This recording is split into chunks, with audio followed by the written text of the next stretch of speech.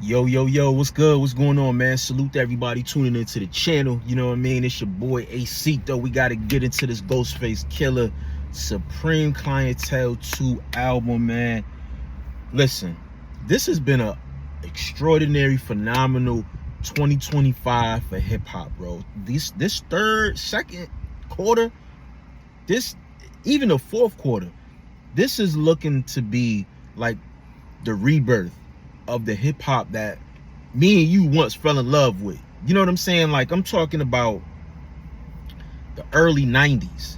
You know what I'm saying? Mid 90s, 2000s. Like, we were getting classics after classic. We're getting summer, like every year we get a summer anthem. We get a club anthem. We get a motivational anthem. Like, it's been a drought for a couple years, bro. Like, the ones that were dominating the rap game, they're not so much no more. Like, times have changed. And that old stigma that, you know, once you hit a certain age, it's corny to rap, you're too old to rap and stuff like that. I feel like that whole, they've killed that whole narrative, bro. They've killed that whole narrative. Artists that's putting out the best music right now, in my personal opinion, this is my personal opinion, they're in their late 30s, 40s, and up. That's just my personal opinion, bro. Like, you cannot point me out an artist that's a teenager or in their 20s that's putting out consistent quality music of what I've been talking about on this channel here. You can't, bro. So that whole narrative that you too old to be rapping and touring, no. Rock stars do it, R&B artists do it, hip hop. I'm glad that we're embracing that now. Shout out to my nigga Tony Starks, man. Ghostface Killah dropped a classic, bro. I took some time because, yo, after the first listen, bro, I was sold on this album. I was like, yo, he did it, bro. And I was just like, I don't know, you know, based on the last album that I heard from Ghost, I'm trying to think, what was the last album that I heard from Ghost? Because I don't want to you know, say the wrong thing. I think the last album that I heard from him, was it Ghostface Killah's? It might have been that. It might have been Ghostface Killah's. And I think he may have did a collaboration project, I think, too, or maybe a mixtape, but I can't really remember. But that was the last joint that I heard. I know he dropped something in 2024, but I didn't really hear it. But, bro, the first listen to this project, top to bottom, he did it, bro. He did it. From the production, the skits, the track layout, the sequencing, the way each record flows. It's literally like a story he's painting throughout this whole entire album. He's picking the right beats. That's the thing too. Like, it's something about artists from like the early 90s, bro. Like, they know, they have a great ear when it comes to sound. A great ear. And the samples that he picked on his album and putting certain people in the right records, the right BPMs, like, it was just flawless execution, man. Flawless execution, man. Round of applause for my nigga Tony Starks, man. Round of applause, man. Like, I need to see the visuals because I seen you tease like the rap Kingpin. I know you got a visual for that, and that looked crazy. It looked like some Hype Williams type shit. I'm not even gonna hold you, but I want to see some of these visuals for this album, bro. Love Me No More by him and Nas. Listen, when it finally got to that, because normally when I see certain artists that's featured on the album that I'm personally fans of, I usually go right to that song. But I didn't do that. I let the whole shit go from top to bottom. And once it got to that song, I was like, all right, Ghostface, please let this album be fire. Please.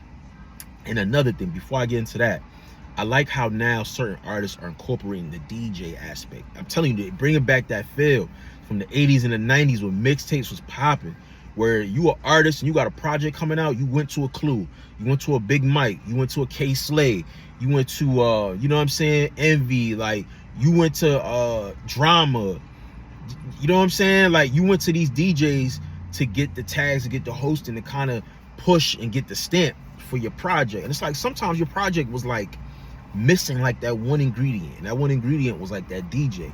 So shout out to Ty Boogie, because he got Ty Boogie on this joint.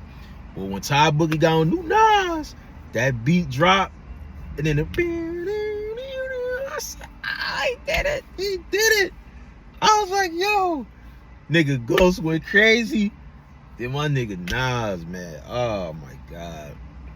I seen a poll going around. It's like, yo, who's getting the best Nas? Was it Ghostface, right? Was it Rakim? Was it the Clips? Or was it what's my man? What's the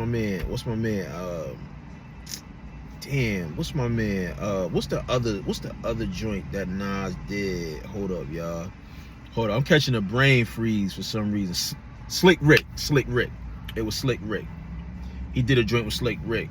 And you know, niggas was like trying to say like who got the best verse. My personal opinion, I think it would have been Raekwon if the original, you know, the whole controversy between the original verse of the song that leaked on Raekwon's album, but then Nas went and changed it because he thought people would have insinuated that he was going at Jim Jones.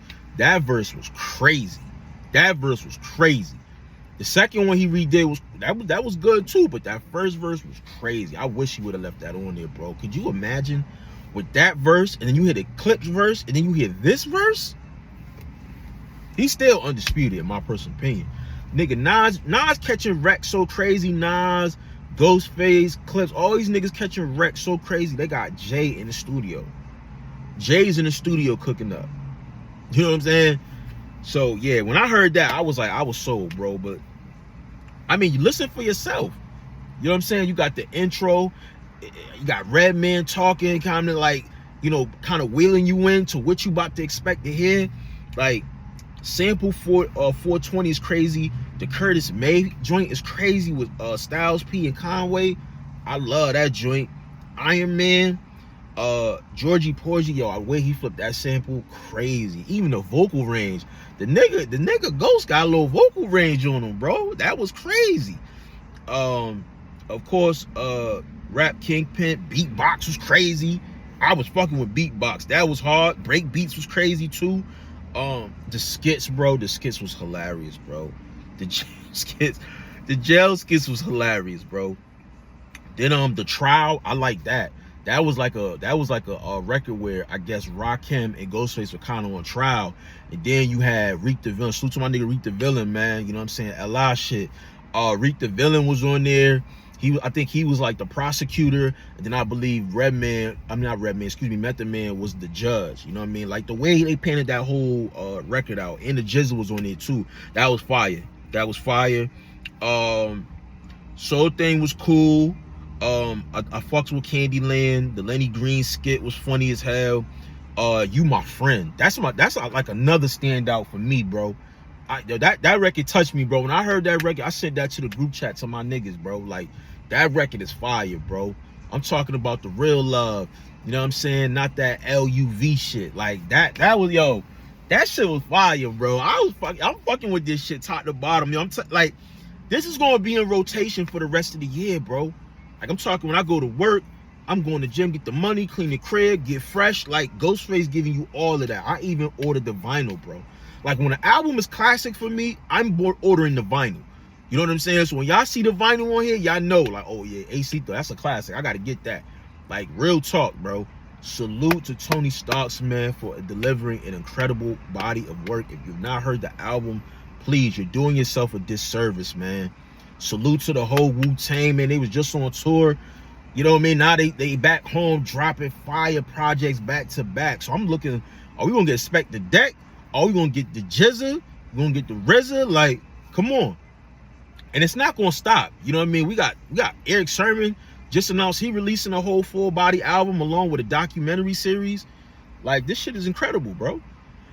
Excuse me. And Ghostface said he ain't done.